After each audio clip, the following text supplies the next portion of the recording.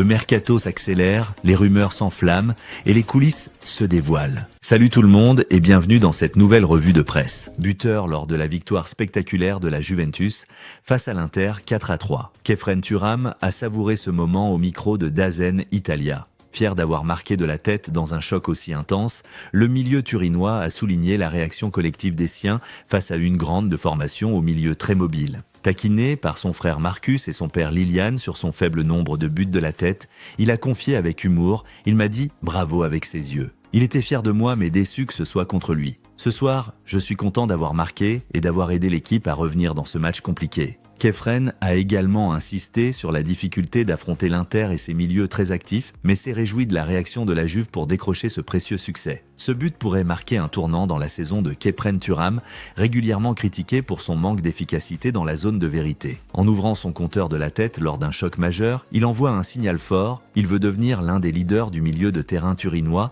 et peser dans les grands rendez-vous.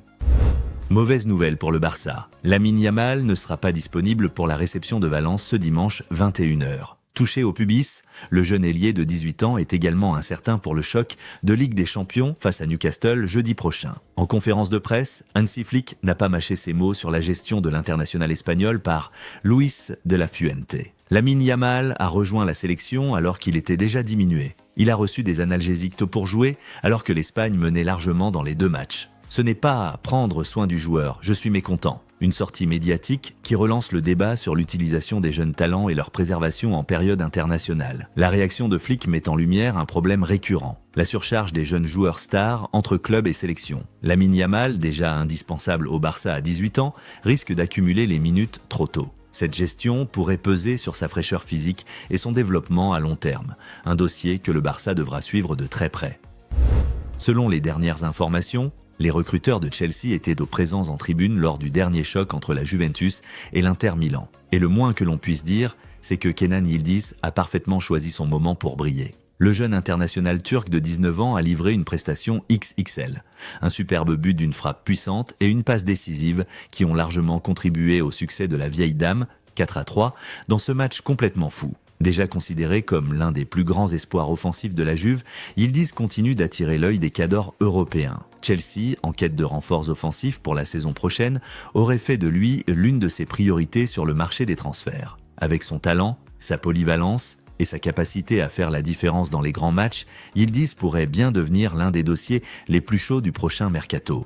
Liverpool et Arsenal sont prêts à en découdre pour s'offrir Ayoub Bouhaddi, le joyau du LOSC. Selon Coat Offside, le milieu de terrain de 17 ans s'impose déjà comme l'un des talents les plus prometteurs de Ligue 1 et attire l'attention des plus grands clubs européens. Évalué à près de 40 millions de livres, Bouhaddi figure sur les tablettes des Reds et des Gunners, mais la concurrence s'annonce féroce. Manchester United, le Real Madrid, le Bayern Munich et le RB Leipzig seraient également à l'affût, d'après le journaliste Ekrem Konur. Capable d'évoluer en sentinelle ou en relayeur, Bouhaddi se distingue par sa vision du jeu, son agressivité dans les duels et sa capacité à casser les lignes balle au pied. Des qualités qui expliquent le pourquoi Liverpool, en quête d'un futur patron au milieu, et Arsenal, désireux de renforcer sa rotation, suivent de près son évolution. Avec un contrat qui arrive bientôt à expiration, le dossier pourrait rapidement s'animer lors du prochain mercato.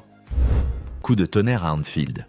Selon les informations de Fichages, Ibrahima Konaté aurait informé Liverpool qu'il ne prolongera pas son contrat. L'international français, pilier de la défense des Reds, semble décidé à relever un nouveau défi dès l'été prochain. À 26 ans, l'ancien joueur de Leipzig arrive en fin de contrat en juin et pourrait donc quitter le club libre. Liverpool, conscient de la situation, aurait accepté sa décision et se prépare désormais à son départ. Fabrizio Romano confirme par ailleurs sur YouTube que le Real Madrid suit le dossier de près et semble en bonne position pour accueillir le défenseur central. Chelsea, également intéressé, reste en embuscade, mais la Casablanca serait aujourd'hui la destination privilégiée.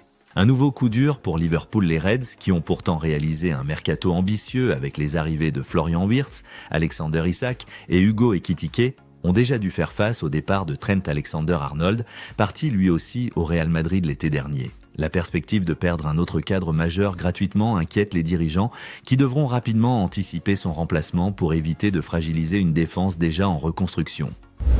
Selon le quotidien espagnol AS, la convalescence de Jude Bellingham suit son cours de manière positive. Opéré à Londres le 16 juillet dernier, après avoir participé à la Coupe du Monde des clubs, le numéro 5 du Real Madrid est déjà de retour sur le terrain de Valdebebas pour poursuivre sa rééducation. Toujours en phase individuelle, l'international anglais a entamé des exercices spécifiques afin de retrouver progressivement la dynamique collective. Le club madrilène reste prudent et ne veut prendre aucun risque. L'idée est claire, viser un retour en compétition après la prochaine trêve internationale. Bellingham sort enfin d'un long tunnel. L'Anglais a dû composer avec des douleurs persistantes à l'épaule, l'obligeant à évoluer avec une attelle pendant près de 2 ans. Entre les calendriers chargés du Real Madrid et de la sélection anglaise, il n'avait jamais eu l'occasion de se faire opérer avant l'été dernier. Désormais, il peut se concentrer sur une récupération complète, avec l'assurance d'être à 100% pour la phase décisive de la saison. Toujours selon AS, les sensations de Bellingham sont excellentes, au point que le staff médical a dû le freiner dans son envie de rejouer. Le plan du club est limpide.